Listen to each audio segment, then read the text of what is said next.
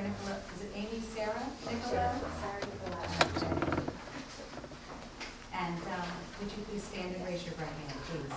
Do you solemnly swear or affirm that the testimony you're going to give tonight to the board is the truth and nothing but the truth? I do. Thank you. And would you give us your professional address, please?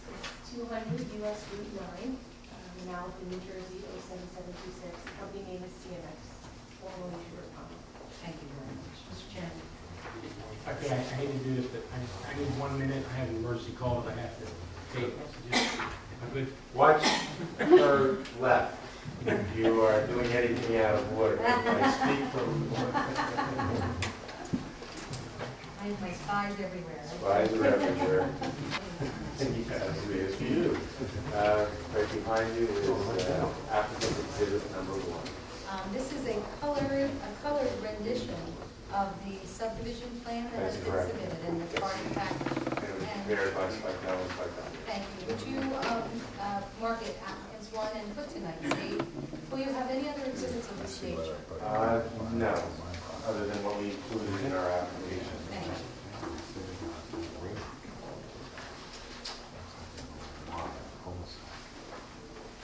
This is a ploy just to see if she knows I know what day it is. Very good. Again, Mr. Spatel, if you have been sworn, if you would please, do you hold any professional licenses here in the state of New Jersey? Yes, I'm a licensed professional engineer and planner in the state of New Jersey. I've been so licensed for over 25 years. And you have certain credentials and honors that you received, say, Drexel University in 1978, a BS in civil engineering, Yes, Drexel University in 1982, an MS in engineering management, that is correct. and you won the Outstanding Senior in College of Engineering, Drexel University in 1978. Is that correct? That is correct. Have you prepared plans and presented them to boards in the state of New Jersey prior to this one? Yes, Approximately how many times? hundreds. Hundreds of times. And have you testified and been accepted as an expert witness for so testifying? Yes, also in this township. And with that, I think we can go further. Mr. Mitchell, do you have any questions? Do you have any concerns about Mr. Spector's credentialing? Mr. Chairman, do you or any member of the board have any questions? Thank you, Mr. Lewis. I would just ask Mr. Spatel, have you had an opportunity to review the Sickles and Associates letter dated June 14, 2007, which is a review of the application and plans that you have submitted? Yes, I have. And also, have you had the opportunity to review a report planned by Shore and Bahama, now CMX, and dated September 5th, 2007? I have. And you are prepared to speak to those reports tonight? Yes. Mr. Forst, Mr. Spital, you are a professional engineer by license and training. Do you Yes. carry any professional planning credentials? Yes, I am also a licensed professional planner in the state of New Jersey. Thank you. Thank you, Mr. Forst. We are prepared, if the board would so choose, Mr. Chair, to go over the June 14, 2007 letter, if you would like. That's the first item. The first issue will be a completeness determination for the board, and as a courtesy to the applicant, if you grant the waivers, we'll proceed by the end of the public hearing. We have requested on our application that was submitted March of 2007, and in particular, checklist item, environmental impact statement. And the reason that that was requested was that this board has had an opportunity to review an impact statement that was prepared and submitted with the Fenton Avenue property, which directly adjoins the property that is before you, that was done by Carney Associates LLC.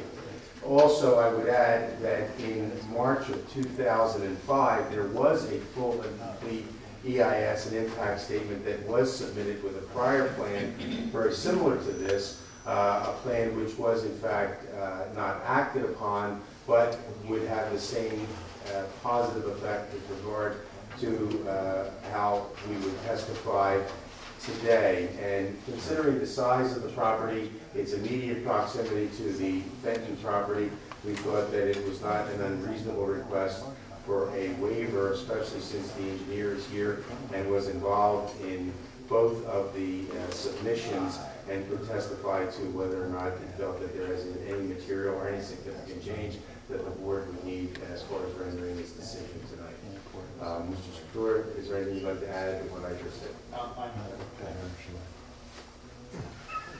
I know one of the issues that I have, and I'll see what the board has, is that even though the environmental impact issue was presented with another plan, it was never brought out publicly for anybody to look at or comment on. And because the application was never heard with us, some of the board members may not have actually looked at it.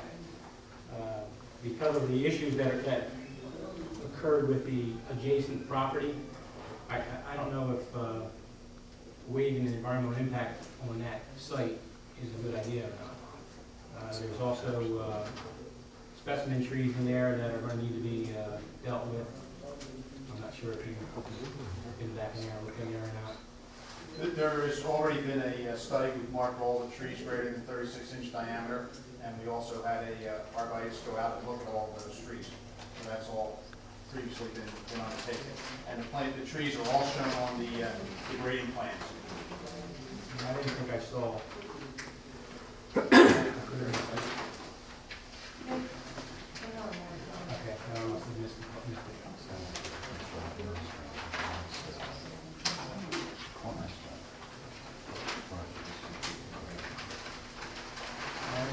Actually, I think, I'm trying to remember the township ordinance off the top of my head. I think it's 36, I think it's 24, 1824.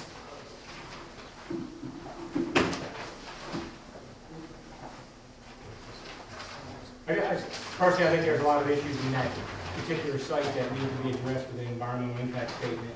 And I'm not real comfortable with waiving environmental impact on that site.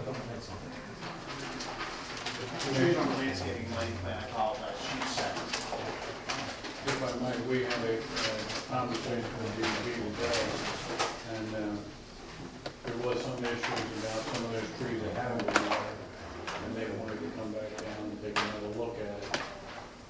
Particularly on the current development that they now have, one of the endangered trees died, and they're having a problem with who owns it, how it got killed, why did it die, and so that's being reviewed right now.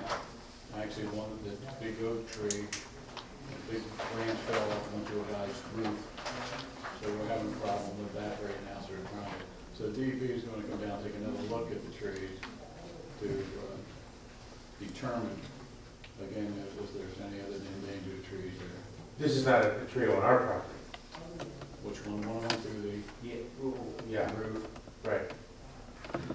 Well, that's our problem, Frank. We really haven't determined what happened. A resident came. Because we have no houses out there, so. I know that. Well, that's from the old development. Yeah, that was just totally separate, and of course, this is a new applicant. That's correct. So those trees have to be marked in this new applicant. But you're using the same, you want to use the same environmental impact statement, but you don't want to talk about Well, that project? what we're talking about is that how would a tree that appears on the property that's adjoining have any effect on what the trees are, which we, yeah, that's right, because the environmental impact statement is exclusive of the trees, which we've identified on the plans that you have here. But the environmental impact statement was for this project and the other project, correct? Yes. So I guess. No. No, the one in 2005 that was submitted covers the same property, but it's not the same environmental impact statement that was submitted on the Fenton Avenue. Correct. Right. Yes. They presented a proposed plan that never came before the board that had an environmental impact statement attached to it. March of But it was never 2005. publicly brought before this board, never heard. Was that a concept review? That was a full preliminary subdivision Full application. preliminary. At that time, the zoning was something with the zoning wasn't exactly correct, and we didn't move forward with the application. Nobody withdrew the application. Yes, I've never figured out what happened to the application, to be honest with you, just kind of died. But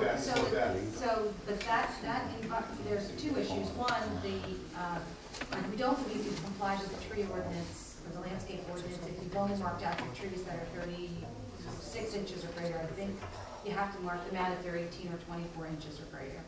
And secondly, you've got a 2-year-old, maybe 3-year-old environmental impact statement for this site. And the question is whether or not you're comfortable accepting a stale impact statement without some type of either amendment